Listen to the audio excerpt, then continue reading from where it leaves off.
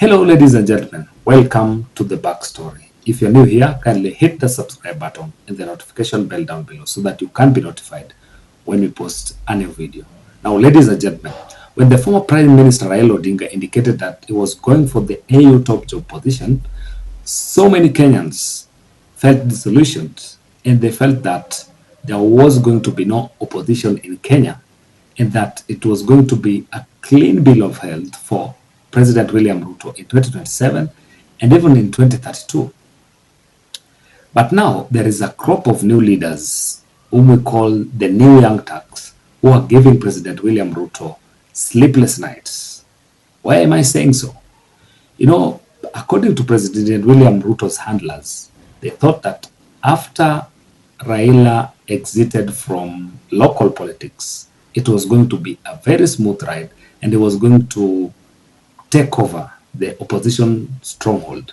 But these young Turks are emerging from those opposition areas that President William Ruto was eyeing in a way or was planning to take over. Now, yesterday, some of the young Turks who are representing the former 7 provinces of Kenya met in Nairobi. And if you watch keenly some of the issues that they highlighted, okay, you can tell that they're still greenhorns, but they were very bold and able to articulate issues that are affecting Kenyans. And that was the fear of Kenyans, that they were going to lack some people who are going to articulate issues that are affecting them currently and in the future. So I want us to listen in.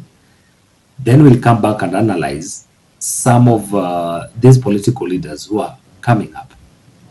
The first issue that we want to talk about is the issue of health. Mheshimiwa Mushomba has talked about the issue of fertilizers and the plight of farmers in various parts of this country. All the members of parliament here will talk about different issues. I want to talk about the issue of the health crisis. Right now, doctors are striking, and this is their 14th day into their strike. We don't want the government to relax, to let the doctors strike for over 100 days that happened between the year 2016 and 2017. There was a CBA, a collective bargain agreement that was signed between the government and the doctors. And it entailed, number one, that the doctors be paid their arrears owned by the government. Up to now, the doctors in this country are owned some money by the government. Number two, that the interns be deployed. For the past 1 year, doctors who have taken 6 years to train, and every year a doctor is trained with an average of around 600,000 Kenya shillings, which comes to around 3.6 million Kenya shillings. Then, after finishing your degree, you are not deployed anywhere. That is so wrong, and this is the first time this government, Ruto's government, is doing this.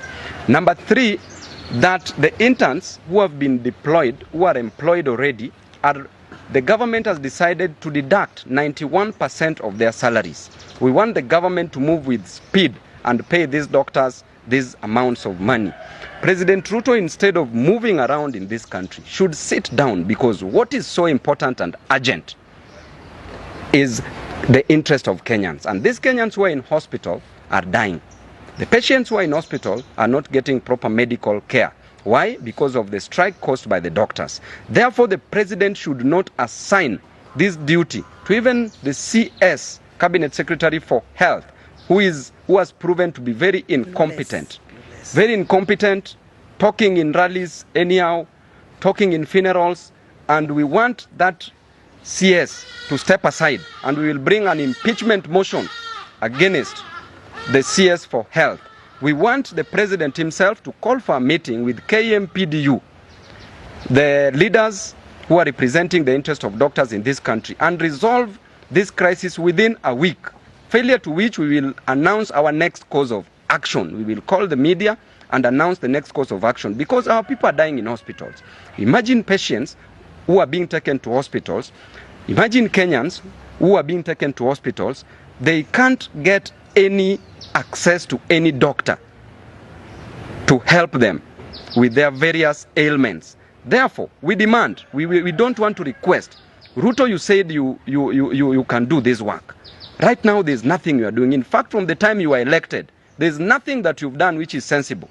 Everything you are doing is just causing havoc, causing pandemonium, causing a lot of tension in this country. And I want to tell you that if you don't move with speed, we will move with speed. And this is a new team, the young blood, the fresh breath that is going to breathe breath into the dry bones of the problems facing Kenyans.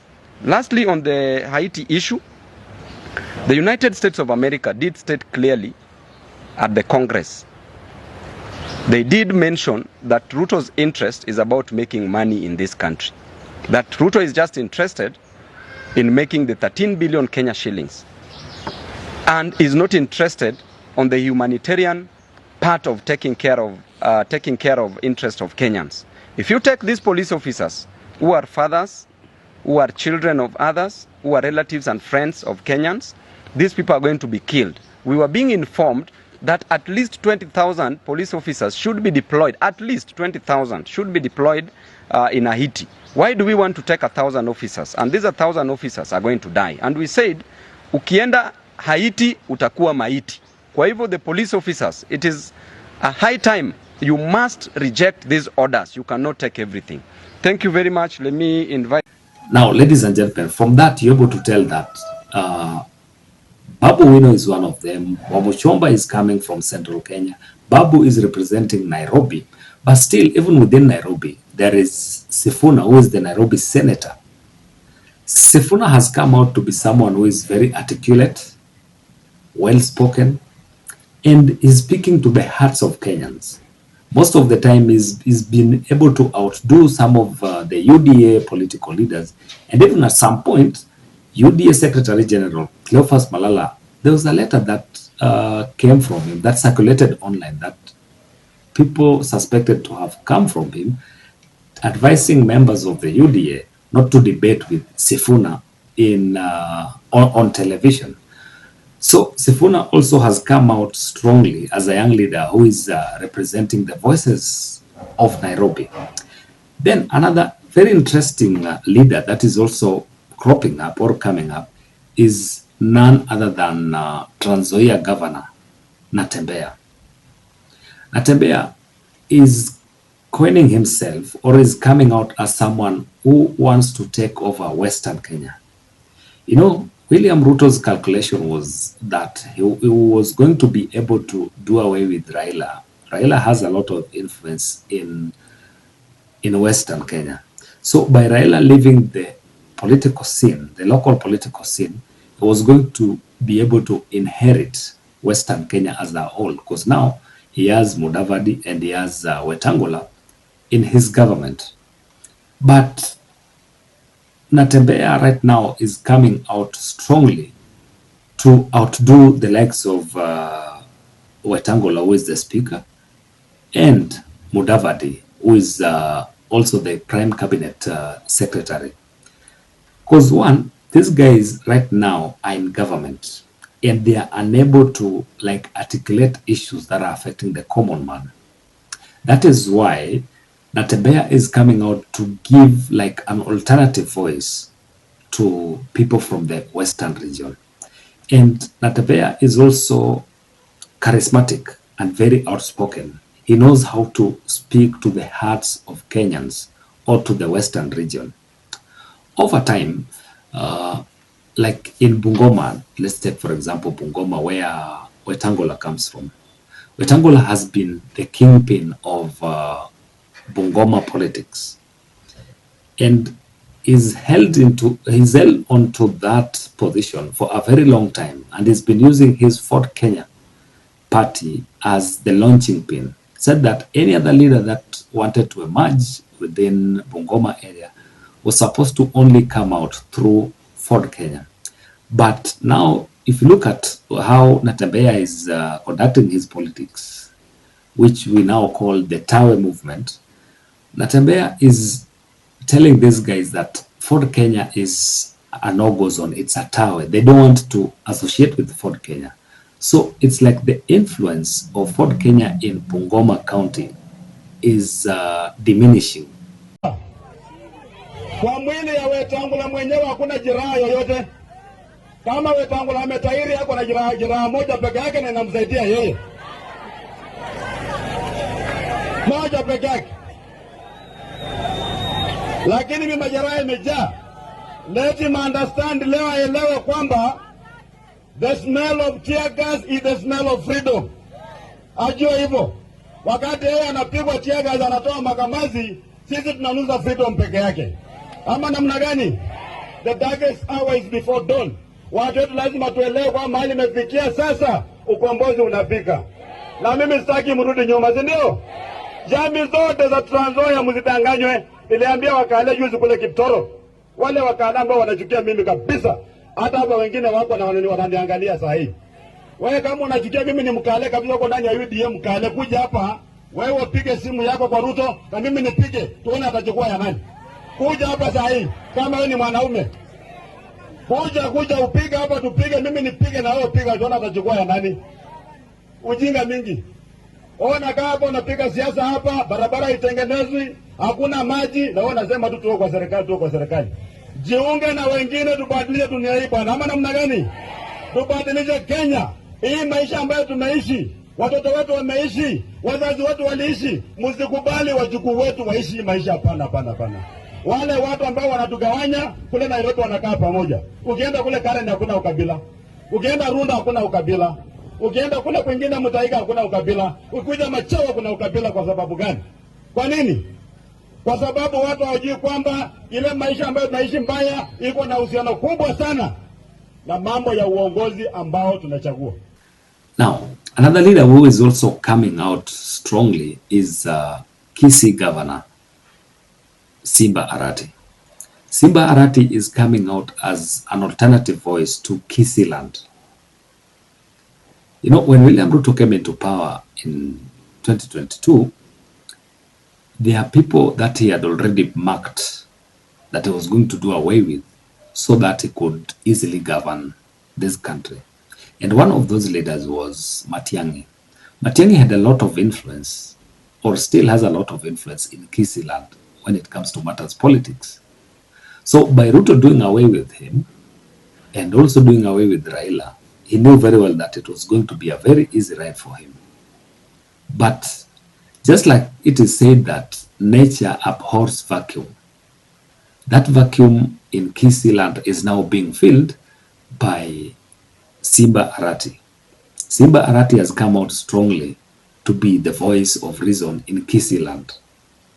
And we've talked about Kisii, we've talked about Western, we've talked about Nairobi, where we have Babu Wino and Sifuna. Then when you go to Central Kenya, there's another leader who is also coming up strongly to oppose the government of William Ruto. That is none other than Wamuchomba. Wamuchomba is now looked as the only man, in quotes, from Central Kenya, because most of the elected members of parliament from Central Kenya are not willing to come out strongly and oppose some of the policies that are being pushed down Kenyans' throats. And the only person who has been very vocal and who has also come out, and I think it was in that meeting which was held yesterday by the likes of Babu Wino, is none other than Wamuchomba. So Wamuchomba is also playing into this mix as some of the strong leaders, the young Turks. Then when you go to Coast Province, we have Joho. Joho, at some point, it was being said that he wanted to get out of politics. He was also kind of disillusioned, but is now coming back into the political scene strongly. And there are indications that he might vie for the presidency in 2027, because he's also trying to galvanize and his support base, both at the coast and countrywide. So one very interesting thing that I have to say is that whatever loophole that William Ruto wanted to take advantage of is now being filled by these emerging leaders. And that is why President William Ruto will have to go back to the drawing board. Because just in case Raila misses that position at the AU, and if he comes back and coins a team around these emerging young Turks, I think it will be President William Ruto will have very tough time heading to 2027, sorry.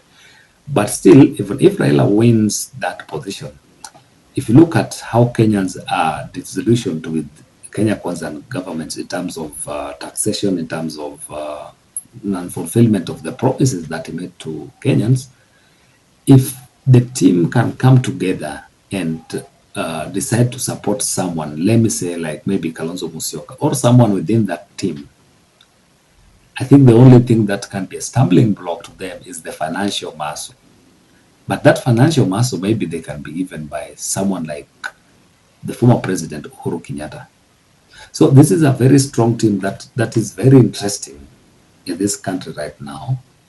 Then in Rift Valley as well, there is Alfred Keter, who is very, very vocal. And if you look at how Alfred Keter has been doing maybe what we call political rallies, or when he attends some of these political gatherings, you can feel the sense that people are yearning for political leaders who are outspoken and can speak to some of the things that are affecting them. And they usually listen to and respond positively to Alfred Keter's raised issues. So Alfred Keter is also in the mix of those young Turks who are coming up. Apart from Northeastern, I'm still not sure of any leader who is coming out up strongly. In Luo Nyanza, we still have the likes of Kajwang, who is also still young. Then we have Opiyo Wandayi. So if these people can come together and form a solid team, then I think William Ruto will have a very hard time, even though he thought that by doing away with Raila or by supporting Raila for that position, he was going to have an easy ride. So having that easy ride in 2027 will be like a mirage for him. So ladies and gentlemen, we'll continue monitoring the political scenes and we'll update you if there is any development in the political scene. So kindly keep it here. If you're new here, kindly hit the subscribe button and the notification bell down below so that you can be notified when we post a new video. Until next time, bye-bye.